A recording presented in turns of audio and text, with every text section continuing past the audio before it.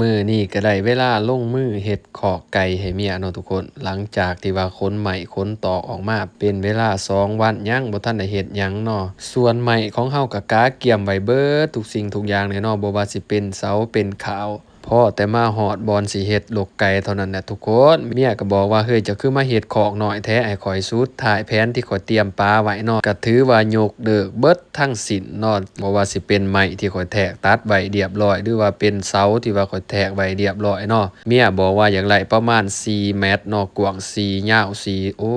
ยส่วนไม้ที่ข้อยตัดไว้ก็คือ2เมตร5กับ3เมตรทุกคนมันก็บ่ถูกแบบดอกติแนวนี้เนาะเอ้าหลังจากที่ว่าตกลงกันได้แล้วเขาก็ขุดแล้วบัดนี้ทุกคนเอ้ยเนาะขอกไก่จาก3เมตรก็กลายเป็น4เมตรคันแม่นเขาออกมาเฮ็ดผู้เดียวปานนี้ก็คือสิแล้วแหละเนาะแต่ว่าเพิ่นออกมานำก็คือเว้าโดดแหล้วมีหัวหน้ามาคุมงานมันก็เป็นเรื่องธรรมดาเนาะเพื่อสิได้แบบไร้ทรงเพื่อสิได้ตามใจเพิ่นมันบ่แม่นของข้อยทุกคนเอ้ยเนาะทำอิฐข้อยก็คิดว่าสิเฮ็ดคอกน้อยๆเนาะ3คูณ2หน้ารักพอดีงามหั้นแหละทุกคนพอดีเลี้ยงแต่ว่าเมียหั้นบ่มักเนาะเพิ่นมักใหญ่ๆเน้นหน้าใหญ่ไว้ก่อนเพิ่นว่าเนาะก็เลยว่าได้เป็น4คูณ4ซะเบิ่งรวมๆแล้วเลี้ยงประมาณ100โตวนี่สบายทุกคนเอ้ยเนาะเบิ่งทรงแล้วมื้อนี้คือสิได้แต่เช้าเด้อทุกคนเอ้ยเนาะส่วนไม้ขาวที่ว่าเราเตรียมปลาไว้หั้นมันบ่ถูกแบบแล้วก็คือสิได้ต่อไหม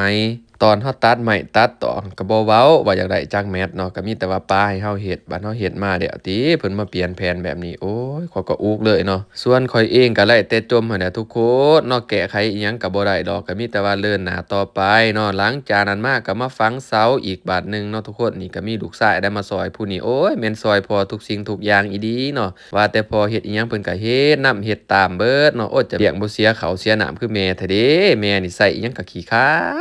นแม่หั่นอ้าวหลังจากลูกชายมาซอยเรียบร้อยเนาะก็ได้เอาไปอีกเสาหนึ่งเราก็มาต่อกันอีกเสาที่4เนาะตัวนี้แม่นจะเฮ็ด4เสาบ่หรือว่าต้องได้ใส่เสาเพิ่มเนาะเพราะว่าขนาดมันขยายออกไปข้อยคิดว่าต้องได้ใส่เสาเสริมอีกถ้าว่าสิใส่4เสาก็ย้านมันบ่แข็งบ่แน่นเนาะทุกคนอ้าวก็ถือว่าเนาะโครงการไก่ของเมียก็ถือว่าใกล้จะสำเร็จแล้วแหละทุกคนแต่ว่ามื้อนี้เอาเสาไปก่อนเนาะหลังจากมื้อต่อมาเนี่ยเราสิเฮ็ดพวกขาวพวกโคกอิหยังหั้นแหละเน้นมงให้เพิ่นให้มันแล้วเนาะทุกคนเนาะแต่ว่าส่วนเลี้ยงเนี่ยก็คือสิยังบ่ทันเลี้ยงง่ายดอกเพราะว่ายังบ่ทันได้วิดฝนรอท่าวิดฝนมื้อไหลพู้นแหละเพิ่นว่าจะสิเอาไก่มาโลกเนาะมาลองเลี้ยงเบิ่งถ้าว่ามันเลี้ยงไปได้ดีก็สิคอยเพิ่มหรือว่าขยายขึ้นมาอีกเนาะเพิ่นว่าเลี้ยงสิได้หลายแหน่แหละเพราะว่าอยู่เรือนก็มักกินไข่แหน่บ่ว่าดุๆเนี่ยมักทอดไข่ดาวได้ยามเช้าไปโรงเรียนเนาะหลังจากฝังเสาไว้เรียบร้อยเนาะเราก็สิมาสุมเนาะเศษไม้ที่ว่าเราตัดไว้อยู่ภูมินี่แหละทุกคนเอ้ยสุมจะได้ก็บ่ไหม้จักเทื่อญ้อนว่าฝนมันตกมามื้อนี้สุมได้แหน่ก็เลยว่าลุยจุดค่ำเลยเด้อทุกคนมื้อนี้เนาะก่อนจะกลับมื้อนี้ก็เอาส่ำนี้ไปก่อนเนาะทุกค